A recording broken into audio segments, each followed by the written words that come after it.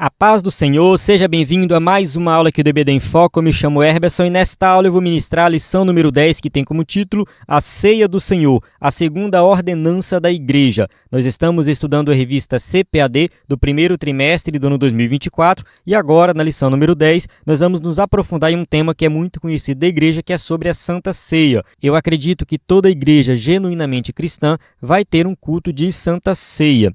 E nós estudamos na lição anterior sobre a primeira ordenança da igreja, que é o batismo. E do nosso ponto de vista, está interligado o batismo e a Santa Ceia, porque o batismo marca a entrada na vida cristã e a ceia marca a continuação na vida cristã. Então é muito importante o cristão verdadeiro ser batizado e participar da Santa Ceia. E nesta lição nós vamos falar de alguns temas muito importantes aqui, muito interessantes. E no tópico 1, a gente vai falar um pouco sobre a presença de Jesus na Santa Ceia. Sabemos que a Igreja Católica vai para um extremo. Ela diz que o pão e o vinho vão se transformar literalmente na carne de Jesus e no sangue de Jesus. Nós não concordamos com essa interpretação, nós temos uma interpretação diferente, mas vale destacar que tem interpretação luterana e tem uma outra interpretação que não está aqui na lição, porque na lição apresenta a nossa interpretação, que acreditamos que Jesus está presente espiritualmente.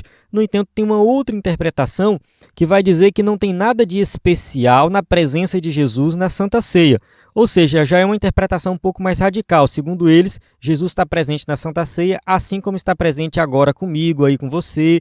Então, assim, não tem uma presença especial de Jesus na Santa Ceia. Então, a gente vai de um extremo a outro. Vale destacar que nós acreditamos que Jesus está presente espiritualmente. Então, quando chegar nesse tópico, a gente vai entrar mais em detalhes nesse sentido. Mas eu já quero aproveitar aqui e pedir para você deixar o seu comentário. O que você acha, né? Será que o pão e o vinho, de fato, se transformam no corpo de Cristo e no sangue de Cristo? Será que eles contêm a presença de Cristo? Ou será que Cristo está presente espiritualmente ou Cristo nem sequer está presente de uma forma especial? O que você acha? Deixe seu comentário. Se você não se inscreveu no nosso canal ainda, se inscreva aí no canal. Se estiver assistindo pelo YouTube, né, você pode se inscrever no canal do EBD em Foco no YouTube e já deixe seu comentário e compartilhe esse vídeo. Bem, continuando aqui, a gente vai estudar nessa lição também sobre o propósito da Santa Ceia. Por que a igreja realiza a Santa Ceia? Alguém pode falar, porque Jesus ordenou. Tá, tudo bem, Jesus ordenou, mas por que ele ordenou? O que tem de especial na Santa Ceia? Então a gente precisa sim estudar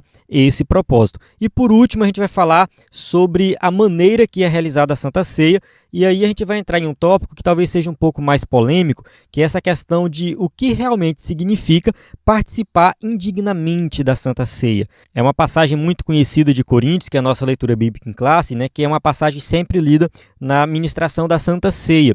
E eu já vi alguns pastores, não hoje, no passado, né, inclusive o pastor que eu vi fazer isso, ele já faleceu, mas ele queria que os crentes fossem lá na frente confessar o pecado, falar o que fez. Eu achava isso assim um absurdo, né? Não fazia o menor sentido. No entanto, a gente vê acontecer ainda nos dias de hoje alguns crentes achando que só podem participar da Santa Ceia se for lá na frente receber a oração, que o pecado só vai ser perdoado se for lá na frente receber a oração, para não participar indignamente.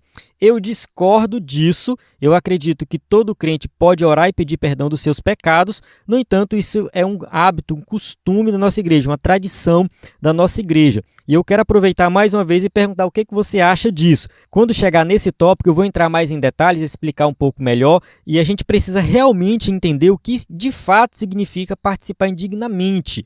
A gente precisa entrar mesmo no texto bíblico e ver o que o contexto está falando ali. O escritor da revista coloca muito bem isso na lição e eu quero detalhar isso nessa aula aqui. Então eu convido você a assistir essa aula até o final, tenho certeza que você vai aprender muito. Eu aprendi bastante estudando para essa lição, ministrando ela aqui, eu tenho certeza, né, que a minha vida foi edificada e a sua também será. Esta aula será ministrada com slide em PowerPoint, então aqui eu vou ministrar uma aula com slide 100% baseado na revista, com imagens de qualidade. O slide vem pronto para ser usado e você pode usar na sua igreja. Então, se você é professor da EBD e quer ministrar uma aula de excelência, você pode baixar o nosso slide. Quem é assinante da EBD em Foco tem acesso aos slides de adultos, de jovens e vários outros bônus, como slide de escatologia, slide de discipulado, sermões em PDF, são mais de 70 sermões sermões, curso básico de teologia e cursos diversos.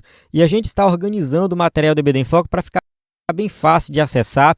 Então, assim, nós já postamos até a lição 6 da revista de Discipulado. Nós estamos falando de batismo, de Santa Ceia. Se a sua igreja não tem ainda o discipulado, me desculpa, mas estão fazendo errado. Tá? Tem que ter um discipulado. Precisa ser com a revista da CPAD? Não. Pode ser um material produzido por vocês, um material de outra editora, não tem problema. Mas a igreja verdadeira, ela tem que fazer discípulos. E faz discípulos ensinando a palavra. Então tem que ser algo estruturado. Então a igreja tem que ter discipulado, e quem é assinante do EBD em Foco, além de acessar os slides de adultos e jovens, acessa também os slides de discipulado. Agora no mês de março nós vamos postar da lição 7 até a 13. Não temos uma data específica, mas nós estamos produzindo por semana aí 2 slides, então a gente vai postando aí sempre que já estiver pronto.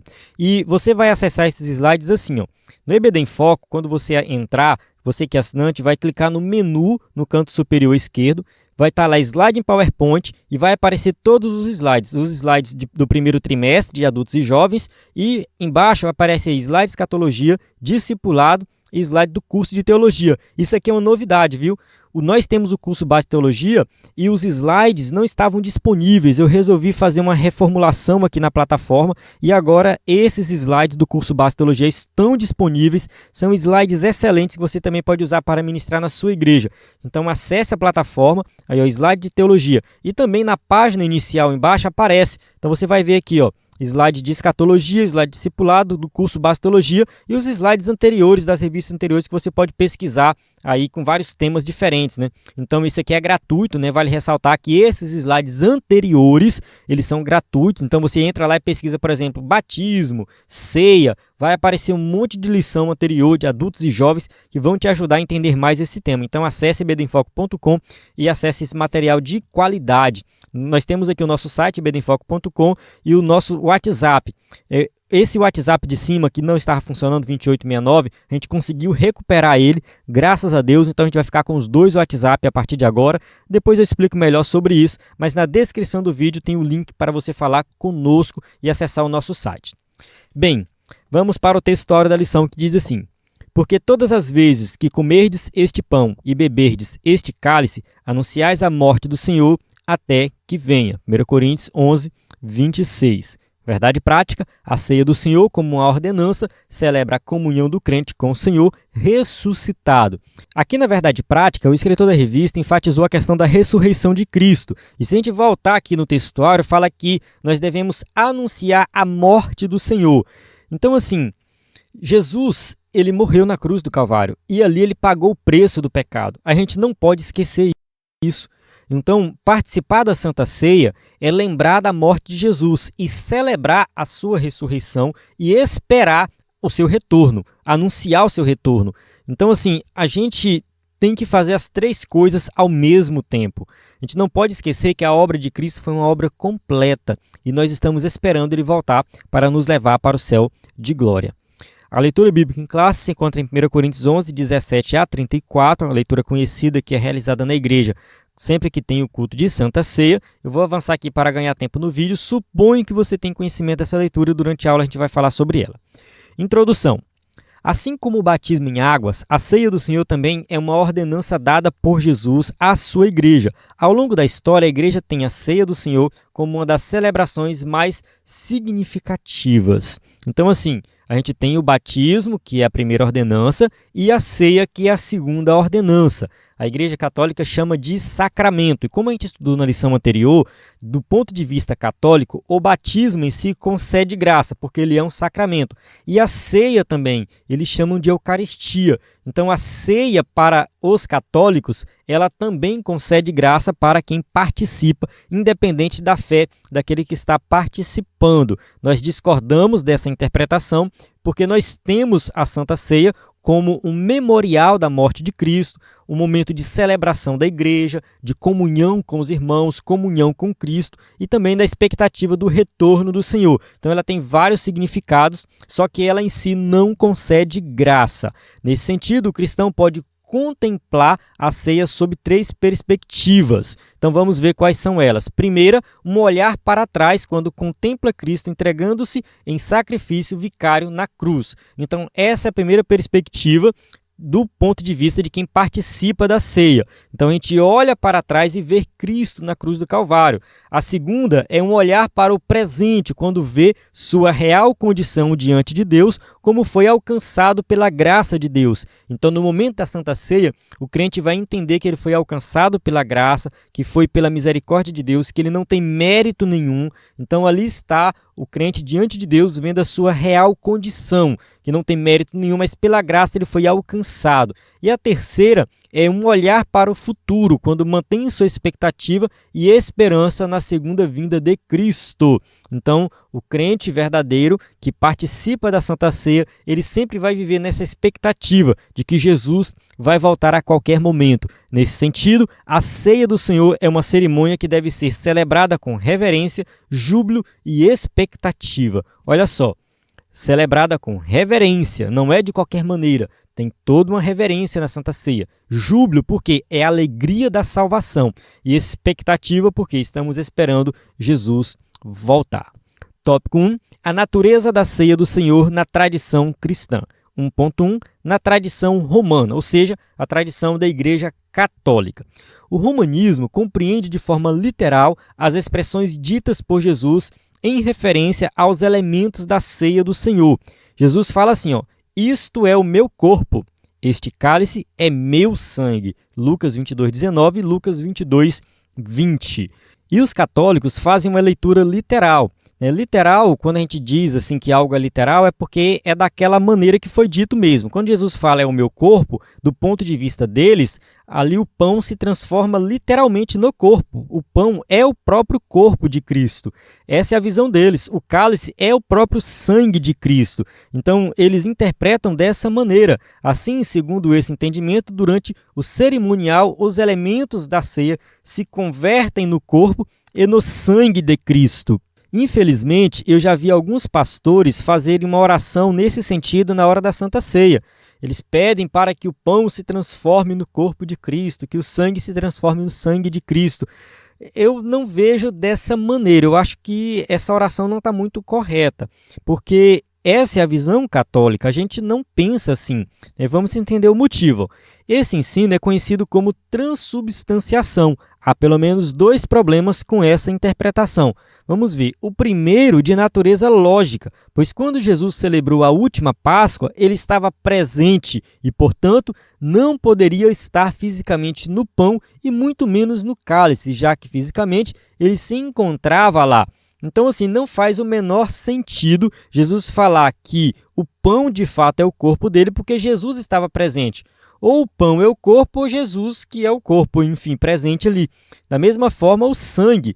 Não faz sentido dizer que o vinho ali se transformou no sangue de Cristo, sendo que Cristo estava ali presente e nem sequer tinha derramado o seu sangue ainda. Então, Jesus está mostrando algo figurado, né? Por outro lado, entender essas palavras de forma literal e não como metáforas cria problemas de natureza exegética. Jesus disse, por exemplo, que ele era a porta. Vamos ler João 10:9. Eu sou a porta. Se alguém entrar por mim e salvar-se-á, e entrará e sairá e achará pastagens. Será que Jesus está dizendo que ele é literalmente uma porta? Evidentemente, ele não se referia a uma porta literal. É claro, é óbvio. Jesus está usando aqui uma figura de linguagem. Eu sou a porta. Então é uma metáfora. Quando ele diz que é a porta, a gente tem que entender o contexto e ver o que ele está querendo dizer com isso. Se alguém entrar por mim, ou seja, ele é a porta no sentido de que eu preciso crer nele, que é somente por meio dele que eu vou me salvar. Não é que Jesus se transforma de fato numa porta, não é isso, é um sentido figurado. Então, não faz o menor sentido nós crermos nessa interpretação da Igreja Católica, dizendo que, de fato, o corpo de Cristo, o pão se transforma no corpo de Cristo e o cálice se transforma no sangue de Cristo. Não faz o menor sentido essa interpretação. Jesus está usando a linguagem figurada e não algo literal aqui. Tópico 1.2, na tradição protestante.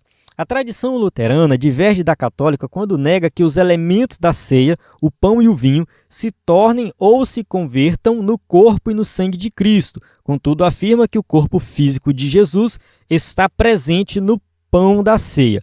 Então, assim, Martinho Lutero, quando fez a reforma protestante, ele quis se livrar dessa interpretação católica. No entanto, ele deu uma interpretação que não fica muito longe, que não fica muito distante. É o que o escritor da revista vai dizer mais na frente. Esse entendimento luterano é denominado de consubstanciação. O que seria isso? Seria mais ou menos o seguinte: imagina uma esponja com água. A esponja não é a água, mas ela contém a água. A água está na esponja.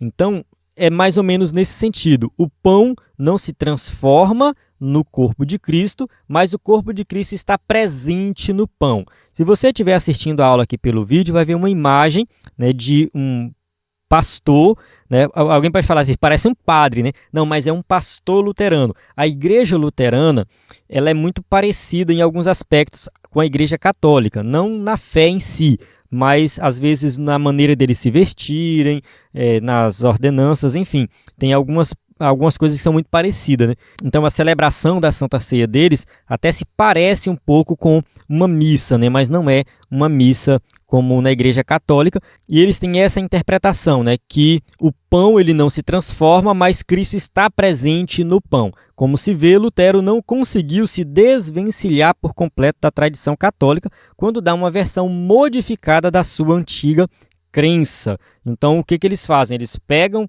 a crença católica e fazem uma pequena modificação. Não somente a igreja luterana, mas eu acredito que outras igrejas também seguem essa mesma linha de interpretação.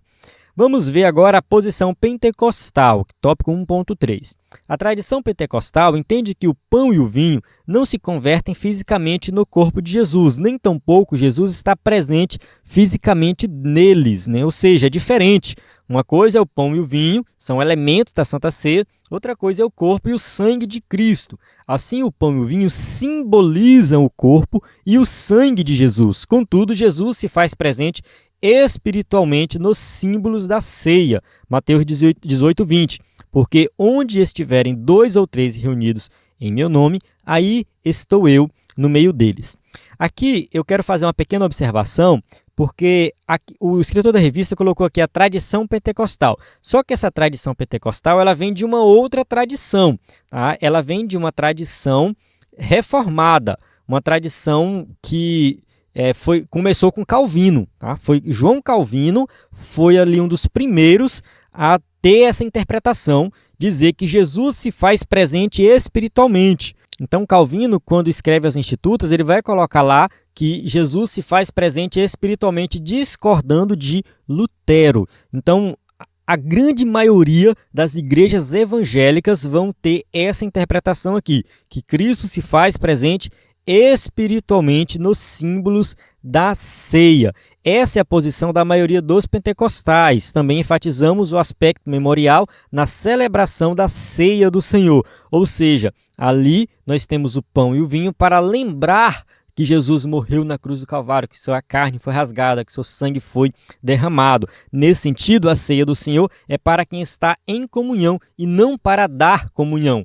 Esse entendimento se ajusta ao ensino do Novo Testamento sobre a ceia do Senhor. Essa questão de estar em comunhão e dar em comunhão é muito importante, porque do ponto de vista católico, a ceia dá comunhão, porque concede graça, é um sacramento, né? Mas nós não pensamos dessa maneira. A pessoa que vai participar da Santa Ceia ela tem que estar em comunhão. E eu citei no começo da aula uma outra interpretação que diz que Cristo não se faz presente de maneira especial na Santa Ceia. Ou seja, do ponto de vista dessa interpretação, a presença de Cristo na ceia é a mesma coisa de Cristo estar presente comigo aqui, com você, em qualquer culto, ou seja, é a presença normal de Cristo em qualquer lugar. Essa interpretação também veio da época dos reformadores, o principal defensor dela foi Zwinglio. Ele defendia essa ideia, e ele afirmava que o propósito da ceia era comemorar a morte de Cristo, simplesmente nós lembrar que Cristo morreu por nós e tudo mais, e não tem nada de especial na presença de Cristo na Santa Ceia. Eu discordo dessa interpretação porque eu acredito que sim, Cristo se faz presente de uma maneira especial, mas essa presença é espiritual. Tanto que os elementos da ceia, o pão e o vinho, são consagrados para aquele momento. Então, assim, não faz o menor sentido você pegar o pão e o vinho que orou ali e depois enterrar ou fazer alguma coisa diferente com eles. Eu acho que não precisa isso. Esses dias eu levei meu sobrinho para a igreja, quando terminou a Santa Ceia, ele foi lá e pediu para o pastor para comer o pão, né, que sobrou um pão, sobrou um pouco do suco de uva, e o pastor falou, não, fica à vontade, pode comer. Ele comeu o pão, bebeu o vinho, no caso o suco da uva, e foi tudo tranquilo. Até conversei com o pastor sobre isso, né? O pastor falou, não, isso aqui foi consagrado para aquele momento, passou aquele momento, não tem nada de especial aqui. Então, eu achei bem interessante a maneira que o pastor, né, tratou essa questão, que eu acho que é a maneira correta. Então, assim, o pão e o vinho representam o corpo de Cristo e o sangue de Cristo, mas o que conta mesmo é a fé no nosso coração, o momento de comunhão, participando ali com os irmãos, lembrando da morte de Cristo, né, pedindo perdão dos nossos pecados, enfim, isso sim é que é importante na Santa Ceia. Tópico 2, o propósito da ceia do Senhor. 2.1, celebrar a expiação de Cristo. Ao escrever sobre a ceia do Senhor, o apóstolo Paulo destacou como propósito dessa celebração anunciar a morte do Senhor. Então, 1 Coríntios 11, 26, ele vai deixar bem claro, né, que o propósito seria esse, anunciar que Jesus morreu na cruz do Calvário para pagar o preço dos nossos pecados. Nesse caso, a ceia do Senhor aponta para o Calvário. Ela celebra a vitória de Cristo na cruz sobre o pecado, a morte e o diabo. Vamos ler Hebreus capítulo 2, versículo 14 e 15, que diz assim, ó, e visto como os filhos participam da carne e do sangue, também ele participou das mesmas coisas, para que, pela morte, aniquilasse o que tinha o império da morte, isto é, o diabo, e livrasse todos os que, com medo da morte, estavam, por toda a vida, sujeitos à servidão. Então aqui está bem claro que, por meio da morte, Jesus aniquilou o império da morte, isto é, o diabo. Então a vitória de Cristo veio na cruz do Calvário. Ao morrer na cruz do Calvário, ele derrotou Satanás, ele derrotou a morte. Depois, é claro, ele vai ressuscitar e mostrar que, de fato, ele é vitorioso. Por intermédio da morte de Cristo na cruz, fomos justificados e reconciliados com Deus. 2 Coríntios 5, 21. Aquele que não conheceu o pecado, o fez pecado por nós, para que nele fôssemos feitos justiça de Deus.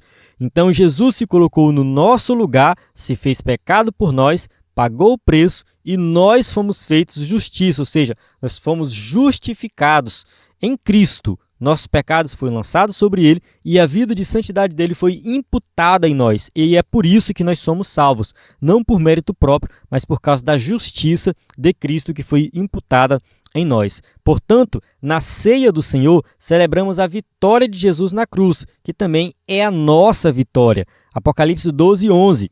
E eles o venceram pelo sangue do Cordeiro e pela palavra do seu testemunho, e não amaram a sua vida até a morte. Então aqui está bem claro que venceram pelo sangue do Cordeiro.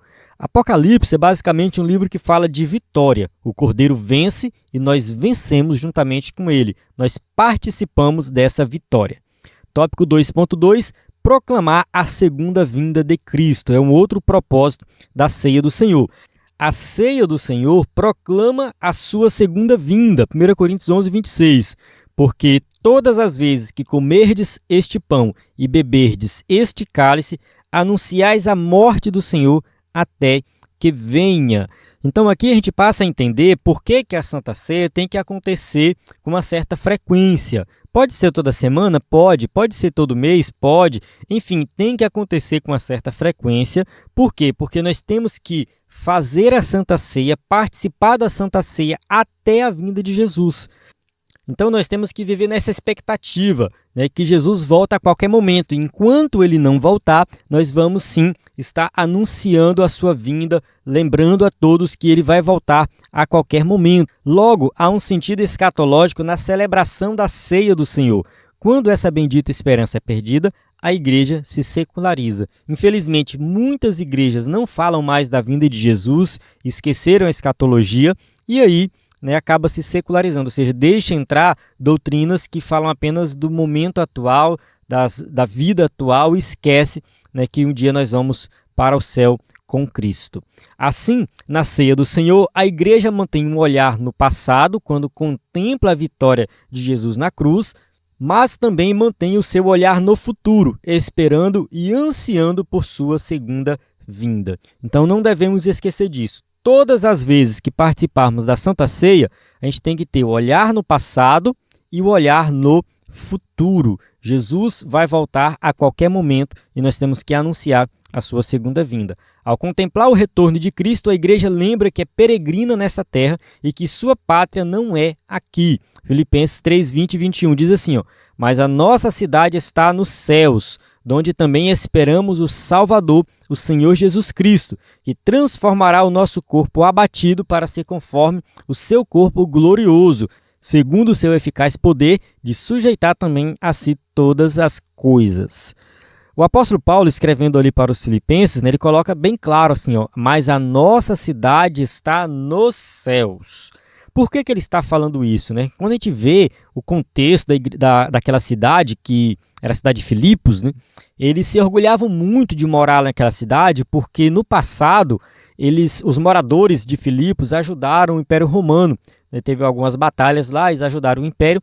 E o Senado romano, para homenagear os moradores ali, né, resolveram pegar o nome de todo mundo, colocar numa placa e tal, fizeram homenagem, né, para os moradores da cidade, e eles se orgulhavam muito de morar ali naquela cidade. E Paulo vai falar isso para eles, olha, vocês se orgulham de viver aqui, tudo bem, não tem problema, mas a nossa cidade está nos céus, nós temos algo muito melhor esperando por nós. Então, nós temos que viver nessa expectativa. A gente não pode esquecer da vida atual. A gente não pode esquecer das situações que estamos vivendo hoje. Realmente, nós temos uma vida aqui na Terra e nós temos que prezar por essa vida, valorizar essa vida. Mas nós não podemos perder o foco, porque a nossa cidade está nos céus. Tópico 2.3, celebrar a comunhão cristã. Uma das razões que levou o apóstolo Paulo a escrever a sua primeira carta aos Coríntios estava relacionada à questão de divisões entre os irmãos daquela igreja. 1 Coríntios 1,11 diz assim, porque a respeito de vós, irmãos meus, me foi comunicado pelos da família de Cloe que há contendas entre vós. Então Paulo está falando aqui para aquela igreja que já tinha vários problemas de divisão. E Paulo já começa a carta falando isso. Olha, vocês estão vivendo em contendas. E, infelizmente, essa contenda acontecia até na Santa Ceia. Então, esse era um problema recorrente entre os coríntios e estava presente também durante a celebração da Ceia do Senhor.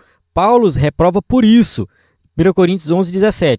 Nisto, porém, que vou dizer-vos, não vos louvo por quanto vos ajuntais, não para melhor, senão para pior. Observe que aqui Paulo começa a falar da Santa Ceia. Vocês estão se ajuntando não para melhor, mas para pior. Já pensou uma igreja que se reúne para celebrar a Santa Ceia e a situação fica pior? Ou seja, é desunião, é briga, é confusão. Então o clima fraterno e de comunhão deixara de existir. Então, a ideia da Santa Ceia é que tenha comunhão, é que os irmãos peçam perdão uns para os outros e que todos possam celebrar juntos. É a questão da fraternidade. Então, não faz o menor sentido acontecer a Santa Ceia e ter confusão na igreja, divisão na igreja. Nesse sentido, alguns não esperavam pelos outros para celebrarem a ceia juntos. 1 Coríntios 11:21, porque comendo, cada um toma antecipadamente a sua própria ceia, e assim um tem fome e o outro embriaga-se. Então, Paulo está falando aqui de que o momento da ceia, que era um momento de comunhão, parece que estava sendo um momento de disputa. De alguma maneira, alguns chegavam na frente e comiam a ceia e não deixavam nada para ninguém. Eu não sei se Paulo está usando aqui esse embriaga-se de forma literal ou se Paulo está falando de maneira figurada, né? Só para chamar a atenção deles. Mas, de certa forma, O que estava acontecendo ali era algo errado, né? A ceia é momento de comunhão, não é para um chegar na frente do outro. É claro que alguém pode discordar assim, mas Herberson, o pão hoje é um pão pequenininho, como que acontece isso? O vinho que a gente toma é o suco da uva. Mas assim, é bem provável que naquela época a ceia era um pouco diferente da nossa. Tinha um pão talvez maior, enfim, talvez era vinho mesmo, tá? Fermentado.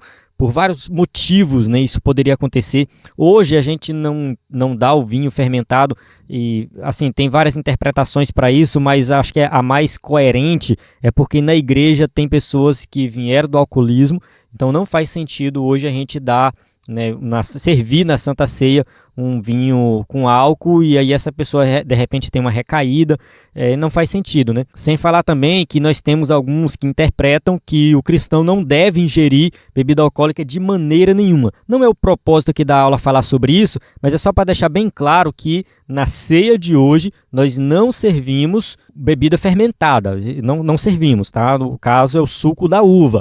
Se eu não me engano, a Igreja Católica, no caso o vinho deles é vinho mesmo, é vinho fermentado, porém somente o padre que toma o vinho.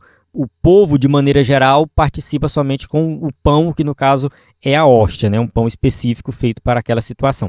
Então, assim, só para a gente deixar bem claro, o contexto deles lá era diferente do nosso, mas o que estava acontecendo era, sim, a Santa Ceia. Quando há o espírito de divisão, litígios e intrigas entre os crentes, a celebração da ceia do Senhor perde todo o seu sentido. E de fato perde o sentido. Por quê? Porque ceia é momento de fraternidade, de comunhão, de pedir perdão para os irmãos. Tem que estar todo mundo alegre. Então, assim, não faz o menor sentido ter na igreja divisão, ainda mais no culto de ceia, na celebração da ceia. Então, assim, perde o sentido, realmente, a Santa Ceia perde todo o seu sentido se a igreja estiver dividida. Então, a igreja tem que buscar a união o tempo todo e talvez o culto de ceia seja esse momento. O momento de você pedir perdão, o momento de você se reconciliar, o momento de você realmente estar ali com o irmão, participando juntamente com o irmão alegre. Tá? Não é que você só deve pedir perdão no culto de ceia, pode pedir antes, mas que a celebração da ceia seja essa celebração alegre, uma celebração festiva. Algumas igrejas fazem um culto especial somente para a Santa Ceia. Como que funciona, né? Geralmente assim, tem os cultos normais domingo à noite e faz o culto de ceia domingo pela manhã. Eu já vi isso acontecer, deixa de ter a EBD para ter o culto de ceia. Eu discordo um pouco porque deixa de ter a EBD, né? Mas a igreja que eu congregava quando era adolescente, criança, fazia assim, né? Uma vez por mês, a EBD, às vezes ela era antecipada para o culto de ensino, ou às vezes ministrava 2 lições no domingo anterior, porque naquele outro domingo seria a Santa Ceia. Então o culto de ceia era um culto para os crentes. Não convidava ninguém que não era crente, é claro, que quisesse ir não tinha problema nenhum, mas era um culto para os crentes, era domingo pela manhã e à noite tinha o culto de pregação e tudo mais. Já vi igrejas fazerem no meio da semana, enfim. Então, assim, ter um culto especial para a ceia seria bem interessante. Infelizmente, não é a realidade na maioria das igrejas, por questão de tempo, logística. Acaba que a ceia acontece no domingo à noite, né? Enfim, tem um culto normal e aí tem ali a Santa Ceia.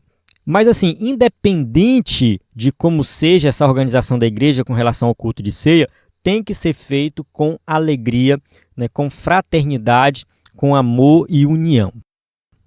Tópico 3, o modo de celebração da ceia do Senhor. 3.1, o que é participar indignamente? Vamos entender melhor isso aqui.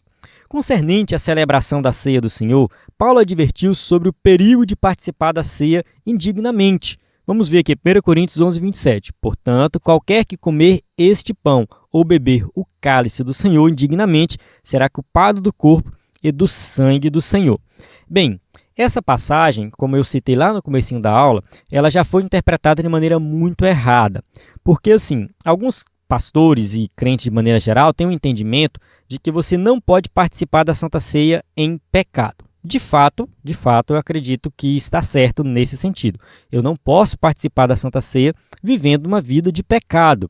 Então eu tenho que chegar na Santa Ceia, né, em comunhão com meu irmão e também com Deus. Concordo com isso aí. No entanto, o entendimento errado que eu vejo em algumas igrejas, que eu vi no passado e vejo acontecer até hoje, é a ideia de que você só é perdoado dos seus pecados se você for lá na frente receber oração. Então tem crente que acha que só pode tomar a Santa Ceia se ele receber uma oração lá na frente. E eu acho isso errado porque a Bíblia deixa bem claro que todos nós temos acesso ao Santo dos Santos. Ou seja, nós podemos pedir perdão dos nossos pecados na nossa casa, quando chegar na igreja, em qualquer momento. Na verdade, o crente tem que orar pedindo perdão dos pecados todos os dias. Nós não podemos ter esse pensamento de que eu não posso pedir perdão dos meus pecados, eu tenho que ir lá me confessar, eu tenho que ir lá na frente da igreja. Inclusive, eu já vi pastores exigir que o crente peça perdão lá na frente. Eu acho que isso não faz sentido, que a pessoa não vai se expor lá na frente pedindo perdão para todo mundo, porque eu fiz isso, fiz aquilo. E já pensou se eu for listar todos os meus pecados de um mês inteiro lá na frente, eu vou passar a noite inteira falando, né? Porque a gente peca o tempo todo, irmão. A gente não pode ser hipócrita e achar que, porque eu não... Não, a gente tem que evitar o pecado, procurar realmente servir a Deus sem pecar. Porém, nós sabemos que temos a natureza pecaminosa e que erramos e que falhamos. Muitas vezes somos egoístas, somos orgulhosos, somos invejosos, muitas vezes a gente mente, a gente fala alguma coisa ali que, enfim, falta com a verdade, e a gente sabe disso. Então, nós precisamos pedir perdão dos nossos pecados diretamente para Deus. Nós temos que ter consciência de que os nossos pecados são perdoados porque Cristo morreu na cruz do Calvário. Se a gente for seguir essa linha de raciocínio de que eu tenho que confessar o meu pecado diretamente com o pastor, com a igreja, ou só ser perdoado se eu for lá na frente, a gente vai cair no mesmo erro da Igreja Católica. É claro que tem sim algumas situações, tem sim alguns pecados que tem que ser tratado de maneira mais cuidadosa, ou seja, você conversar com seu pastor, com o obreiro, com alguém de confiança da igreja, pedir oração, porque tem algo ali, né, que está te aprisionando, quem sabe é um pecado recorrente, quem sabe é um pecado público, algo que se tornou já um escândalo, e aí você precisa tratar em especial. Talvez seja necessário você pedir perdão para a igreja também, isso aí acontece. Mas eu estou falando aqui de maneira geral, você pode orar e pedir perdão dos seus pecados. Você não vai ser perdoado só se for lá na frente. Porque tem gente que pensa assim, no dia da ceia eu vou lá na frente, recebo oração, tenho perdão dos meus pecados. Aí um dia depois da ceia, essa pessoa peca, ela erra, dá um deslize. Aí ela fica um mês para pedir perdão novamente dos pecados. Isso não faz o menor sentido, tá? Não faz o menor sentido. Se você pecou, você pede oração e Deus vai te perdoar. O que garante o perdão dos pecados foi a morte de Cristo na cruz do Calvário. Amém? Agora vamos voltar aqui para a lição para a gente entender de fato o que é participar da ceia indignamente. O termo português indignamente é a tradução do advérbio grego anaxios.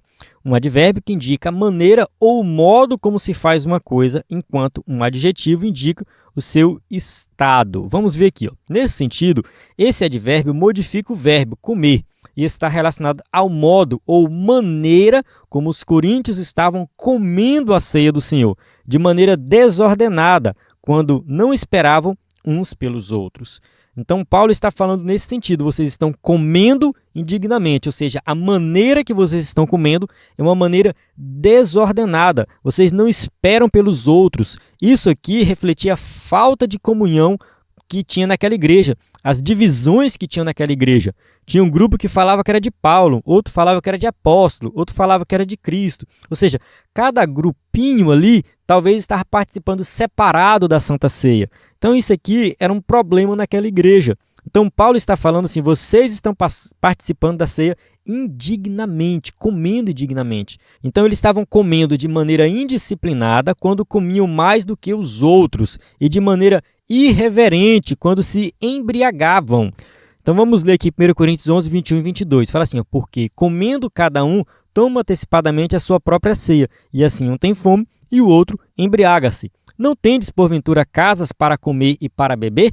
Ou desprezais a igreja de Deus e envergonhais os que nada têm? Que vos direi? Louvar-vos-ei, nisso não vos louvo. Então Paulo está deixando bem claro aqui que eles estavam participando de maneira errada na Santa Ceia. Não tinha comunhão, não tinha ali um espírito festivo, mas era meio que um espírito de disputa dentro da igreja, isso acontecendo na Santa Ceia.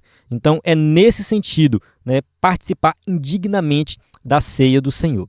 3.2, uma celebração reverente. Se em lugar de um advérbio que indica modo ou maneira, Paulo tivesse usado um adjetivo que indique estado, qualidade ou natureza, então ninguém poderia participar da ceia, pelo que, de fato, ninguém é digno. 1 Coríntios 11, 27 diz assim, portanto, qualquer que comer este pão ou beber este cálice do Senhor indignamente, será culpado do corpo e do sangue do Senhor. Bem, vamos lá.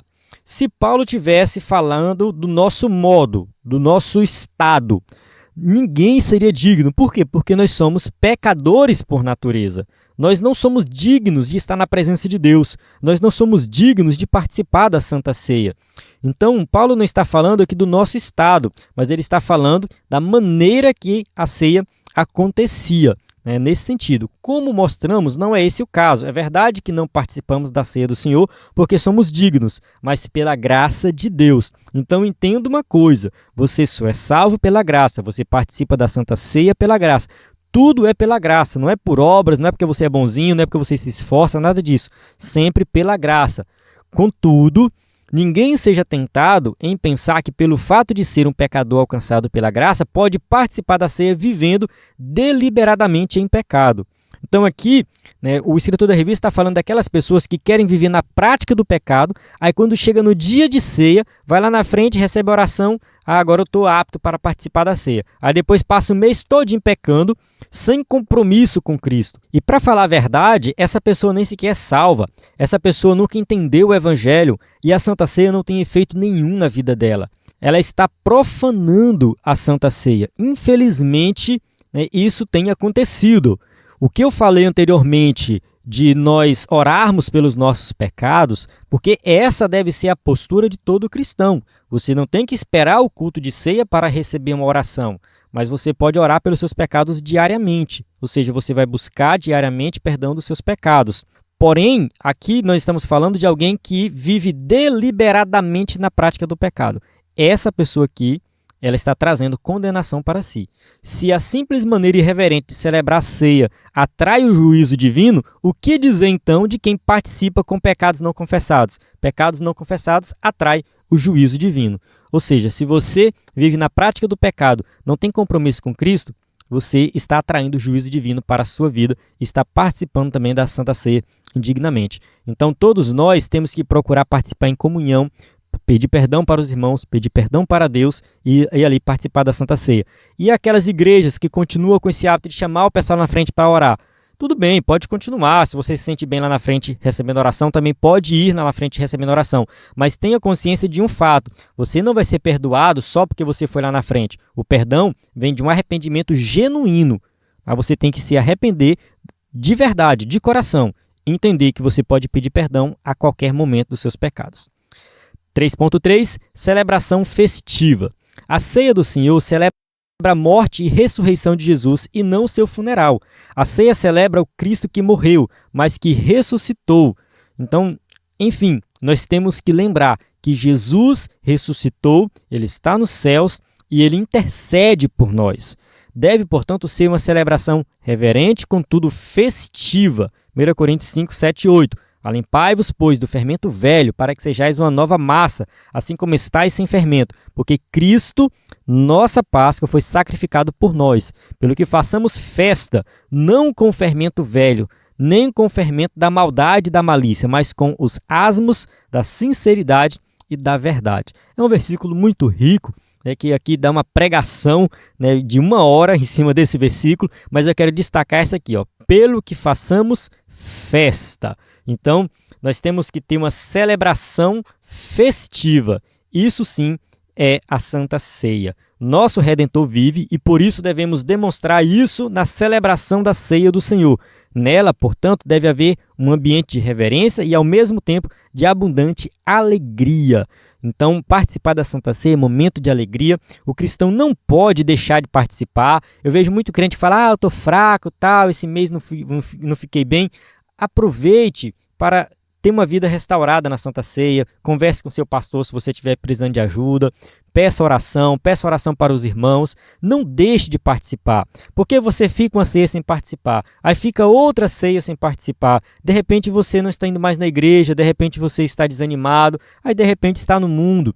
Então a gente tem que aproveitar a Santa Ceia, porque ali a gente vai lembrar da morte de Cristo, que ele fez por nós e que nós não somos capazes de salvar a nós mesmos.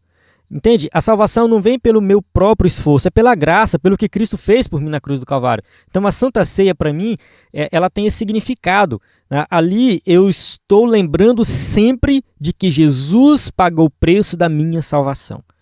Então eu sempre tenho isso em mente. Não sou nada, não posso fazer nada, porque foi Cristo que fez por mim. Então a Santa Ceia eu tenho que participar porque é nesse sentido. Eu me esforço para estar em todo culto de Santa Ceia, porque nesse culto eu sempre estarei lembrando do que Cristo fez por mim na cruz do Calvário e estarei lembrando também de que ele vai voltar a qualquer momento. Amém? Chegamos na conclusão que diz assim: nesta lição, sob diferentes perspectivas, vimos alguns aspectos que revelam o sentido e propósito da ceia do Senhor. Não é um sacramento que de forma mágica concede graça aos que dela participam, nem tampouco uma vacina para dar comunhão a quem não tem. Na verdade, o direito de celebrar essa importante ordenança é o resultado da graça que foi concedida a cada crente.